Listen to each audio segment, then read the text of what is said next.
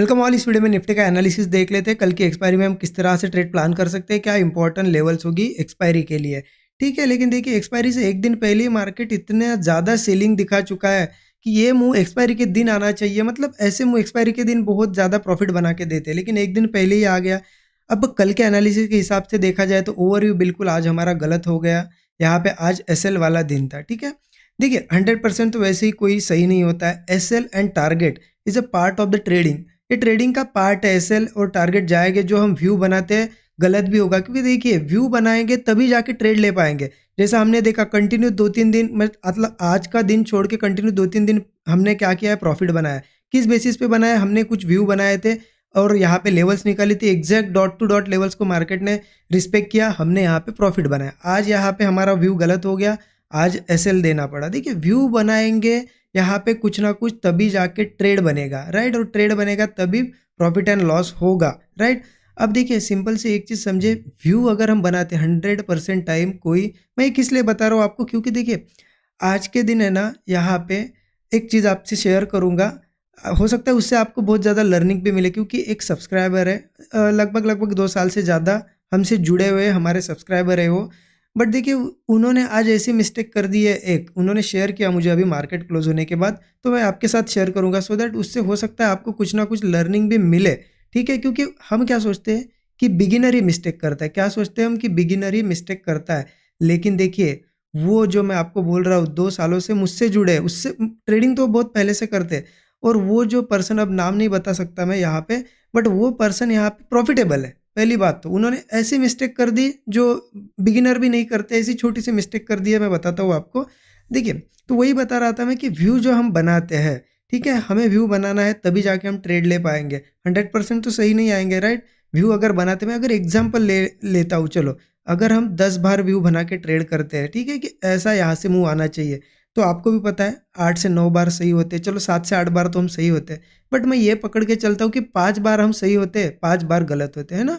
एकदम मैं worst case लेके चल रहा हूँ, फिर भी हम यहाँ प्रॉफिटेबल है। कैसे? क्योंकि आपको पता है, मैं हर वीडियो में बताता हूँ, रिस्क रिवॉर्ड 1:3 लेना ही लेना है। मतलब 5 बार हम अगर एसएल दे रहे हैं, तो मान लेते 100 रुपीज़ का पर ट्रेड ले रहे हैं, ठीक है, 100 रुपीज़ का ले रहे हैं, तो 5 बार जब टारगेट ले रहे हैं तो 3 गुना लेना है, 1:3 ले रहे हैं, 300 रुपीज़ हम हर इसमें ट्रेड में ले रहे हैं। तो क्या हो रहा है, ओवरऑल आपने 100 रुपये अगर मार्केट को दिए, 300 रुपये मार्केट ने आपको दिए, ओवरऑल आप 200 रुपये पर ट्रेड प्रॉफिट में हो। मैं एग्जांपल ले रहा हूँ, या आपका 2 लाख भी हो सकता है, 20,000 भी हो सकता है, एग्जांपल के लिए बता रहा हूँ। ठीक है, तो ऐसा होता है। 50% एक्यूरेसी के साथ भी हम प्रॉफिट बना सकते हैं, इसीलिए व्यू बनाना होता है।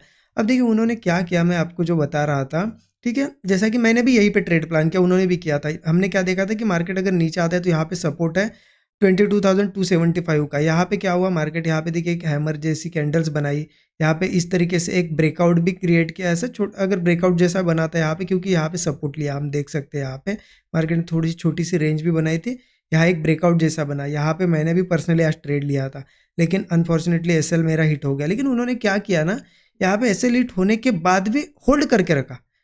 मैं हमेशा बताता हूँ, बिगिनर हो या कोई भी हो, आप अभी भी ट्रेडिंग में आए हो, कभी भी लूजिंग ट्रेड यहाँ पे होल्ड नहीं करना है।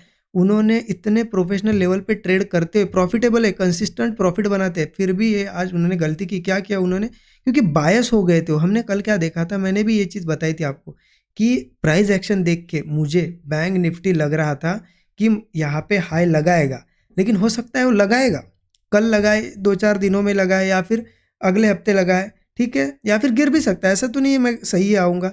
बट जो हमने व्यू बनाया था वो क्या था, हमारा एक व्यू था कि बैंक निफ्टी ऊपर जा सकता है तो निफ्टी को लेके जाएगा। तो अब देखिए यहाँ पे उसके बेसिस पे हमने ट्रेड भी लिया। अब एसएल चला गया तो हमारा काम क्या होता है कि एसएल चला गया, उसके बाद ट्रेड क्लोज कर दो, निकल जाओ ट्रेड से। अगर नेक्स्ट ट्रेड है लेना आपको तो ले सकते हो, अदरवाइज अगर दिन का एक ट्रेड प्लान करते हो तो सिस्टम ही आपको क्लोज करना है।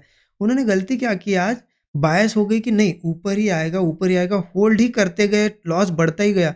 मतलब जितना उन्हें लॉस लेना था उन्होंने आज 10 गुना बड़ा लॉस कर दिया। ठीक है, वो रिकवर कर लेंगे, उसकी कोई नहीं है। लेकिन ये गलतियाँ देखिए बिगिनर भी, हम सोचते हैं कि बिगिनर ही करते हैं, लेकिन देखिए प्रोफेशनल लेवल पे भी होती है। इसीलिए ट्रेडिंग में हमेशा देखना कि जैसे जैसे आप आगे जाओगे ना, आपकी जो पुरानी मिस्टेक्स होगी, मतलब जो एकदम बेसिक मिस्टेक्स होती है ना, वो भी होती है। इसलिए हमेशा ध्यान जो होता है हमें यहाँ पे फोकस रहना है कि नहीं, मिस्टेक्स नहीं करनी है, फिर से रिपीट वही, है ना, जैसा उन्होंने किया।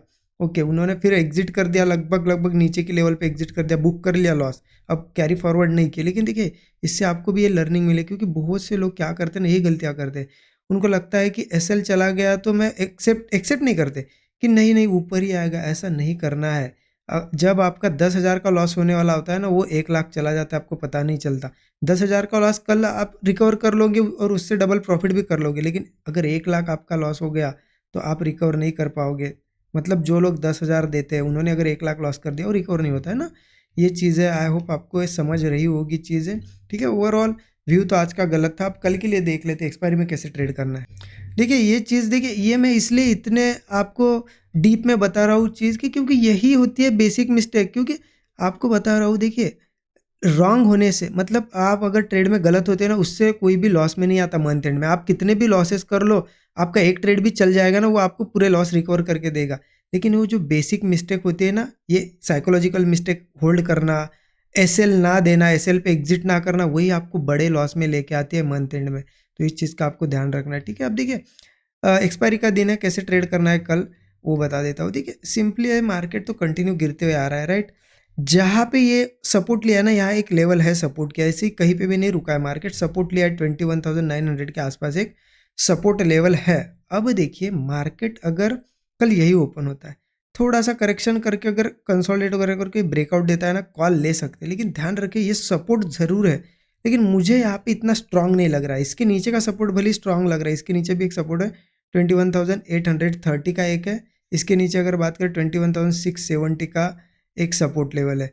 ठीक है, लेकिन देखिए मुझे ये इतना ज़्यादा स्ट्रांग सपोर्ट नहीं लग रहा है। तो हम क्या कर सकते हैं ऐसी कंडीशन में, अगर ब्रेकआउट आता भी है कॉल लीजिए, बट देखिए बहुत स्मॉल क्वांटिटी में, सो दैट एसएल चला भी जाए फ़र्क नहीं पड़ना चाहिए, क्योंकि कंटिन्यू सेलिंग पे आई है, हम अपोजिट साइड जा रहे हैं, तो कम क्वांटिटी में हम ट्रेड लेंगे। हाँ, अगर वही मार्केट कल गैप डाउन हुआ, यहाँ से जाए और 900 के नीचे सस्टेन करे, तो आपको कंसोलिडेशन के बाद अगर कोई मौका मिलता है तो पुट में बैठ सकते हैं, क्योंकि फिर नेक्स्ट सपोर्ट को टेस्ट करने आएगा। अगर इसके भी नीचे सस्टेन करता है तो फिर यहाँ तक आएगा। ठीक है, और अगर मार्केट कंटिन्यू गिरते हुए आ रहा है, कल गैप डाउन वगैरह करके इन सपोर्ट पे आता है, तो फिर रिस्पेक्ट करता है, होल्ड करता है और ब्रेकआउट देता है ना, कॉल ट्राई करेंगे। क्योंकि देखिए मार्केट कंटिन्यू गिरते आ रहा है, उसके बाद भी गैप डाउन होगा और सपोर्ट पे होगा, तो मार्केट ऑब्वियस एक बाउंस देगा, क्योंकि प्रॉफिट बुक करेंगे ये पुट वाले। तो हम ज़्यादा नहीं, 15-20 पॉइंट के स्टॉप लॉस के साथ 1:3 के टारगेट के लिए प्लान करेंगे। ऐसा नहीं कि यहाँ से रिकवरी हो जाए, हमें एक बाउंस मिल जाए, बुक करके प्रॉफिट निकल जाएंगे। ठीक है, डाउन साइड का क्लियर हो गया, ये लेवल्स आप यहाँ पे ध्यान में रखना, ये जो मैंने बताई है। ओके, अब इम्पॉर्टेंट क्या है कि गैप अप वगैरह होता है तो क्या करना है।